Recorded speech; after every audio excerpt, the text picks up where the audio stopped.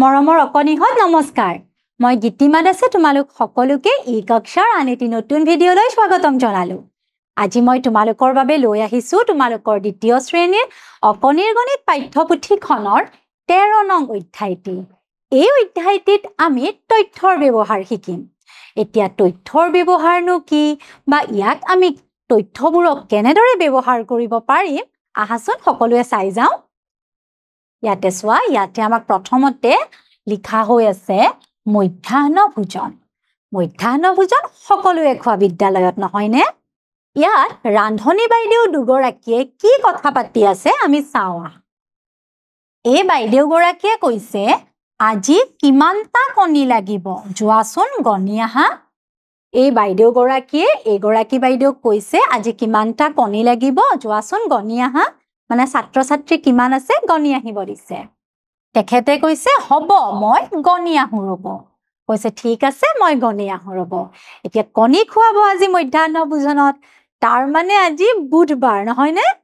তাৰ পাছত চোৱা ইয়াতে এবাৰ দিয়া হৈ আছে ৰান্ধনী বাইদেৱে শ্ৰেণী অনুযায়ী গণি পোৱা ছাত্ৰ ছাত্ৰীৰ সংখ্যা তলৰ তালিকাত দিয়া হৈছে এতিয়া ৰান্ধনী বাইদেৱে কিমান ছাত্ৰ ছাত্ৰী পালে গণনা কৰি আমাৰ ইয়াতে এই তালিকাখনত দিয়া হৈ আছে চোৱাচোন তোমালোকে কিমান আছে অ শ্ৰেণীত ছাত্ৰ ছাত্ৰী আছে 14 জন প্ৰথম শ্ৰেণীত 10 জন দ্বিতীয় শ্ৰেণী 18 তৃতীয় শ্ৰেণী 21 চতুৰ্থ শ্ৰেণীত আছে 14 জন আৰু পঞ্চম শ্ৰেণীত আছে 20 জন মানে মুঠ 97 জন ল'ৰা ছোৱালী আছে বা ছাত্ৰ ছাত্ৰী আছে এতিয়া এই তালিকাখন চাই আমি তলৰ প্ৰশ্নসমূহৰ উত্তৰ কৰিম কেনেদৰে কৰিম চোৱা প্ৰথম প্ৰশ্নটো আমাক সুধিছে মুঠ কিমানটা কণী লাগিব এতিয়া কোৱাচোন তোমালোকে মুঠ কিমানটা কণী লাগিব মুঠ 97টা কণী লাগিব গতিকে ইয়াতে আমি লিখিম 97টা তাৰ পিছত চোৱা কি কৈছে এইবাৰ সুধিছে কোনটো শ্ৰেণীৰ বাবে আটাইতকৈ বেছি কণী লাগিব এতিয়া তোমালোকে তালিকাখনত চোৱাচোন কোনটো শ্ৰেণীত ছাত্ৰ ছাত্ৰীৰ সংখ্যা আটাইতকৈ বেছি তৃতীয় শ্ৰেণীত ছাত্ৰ ছাত্ৰীৰ সংখ্যা আটাইতকৈ বেছি গতিকে তৃতীয় শ্ৰেণীৰ বাবে আটাইতকৈ বেছি কণী লাগিব হয়নে নহয় বাৰু তাৰ পিছত চোৱা কোন দুটা শ্ৰেণীৰ বাবে সমান সংখ্যক কণী লাগিব তে কোন দুটা শ্ৰেণীত সমান কণী লাগিব ক শ্ৰেণী আৰু চতুৰ্থ শ্ৰেণী ক শ্ৰেণী আৰু চতুৰ্থ শ্ৰেণী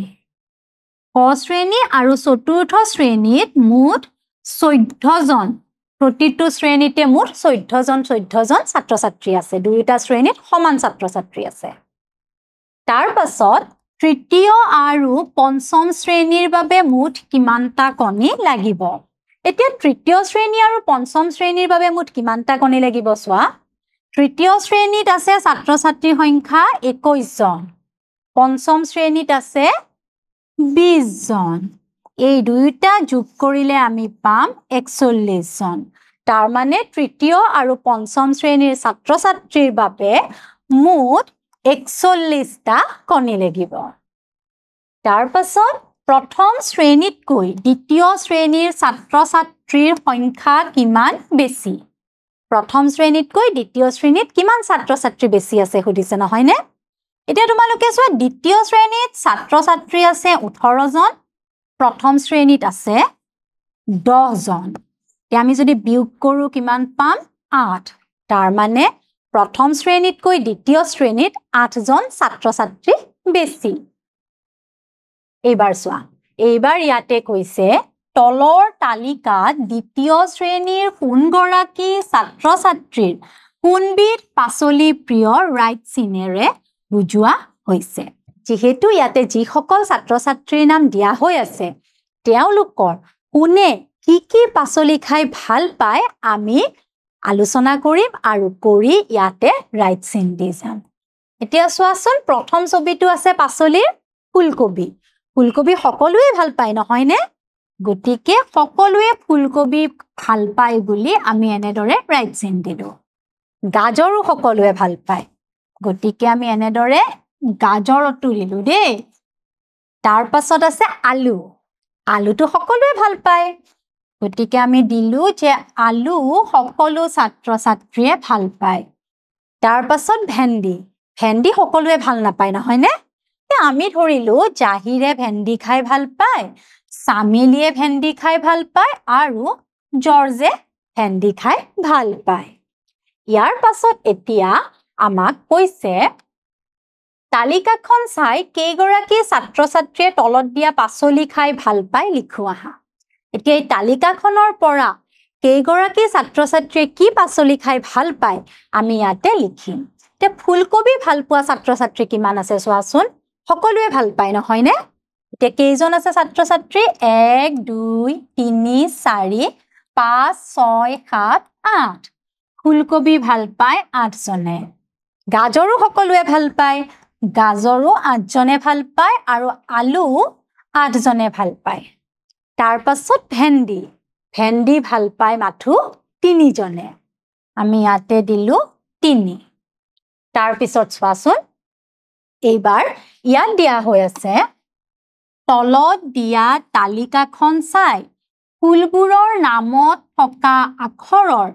সংখ্যা লিখো আহা এই তালিকাখনত যিমানবোৰ ফুলৰ নাম দিয়া হৈ আছে এই ফুলবোৰত যিবোৰ নাম হয় সেই নামবোৰত কিমানটা আখৰ আছে আমি ইয়াত লিখিব লাগিব এতিয়া চোৱাচোন তোমালোকে প্ৰথমে আছে জবা ইয়াতে দিয়া হৈ আছে জবা ফুলটোত বা জবা নামটোত দুটা আখৰ আছে তাৰ পাছত ডেইজি ডেইজিত আছে 3 গোলাপ 3 নয়নতৰা 5 কপৌ 2 তগৰ 3 শেৱালি 3 পদুম 3 কৰবি 3 হয়নে তাৰ পাছত চোৱাচোন এতিয়া সুধিছে কোনটো নামত আখৰৰ সংখ্যা আটাইতকৈ বেছি কোনটো নাম আছিলে নয়নতৰা আমি ইয়াতে লিখিলো নয়নতৰা নয়নতৰা নামটোত থকা আখৰৰ সংখ্যা আটাইতকৈ বেছি তগৰ নামটোত থকা আখৰৰ সংখ্যা আৰু কোনটো নামত থকা আখৰৰ সংখ্যা সমান সমান হ'ব তগৰত আছে 3টা আখৰ নহয় নে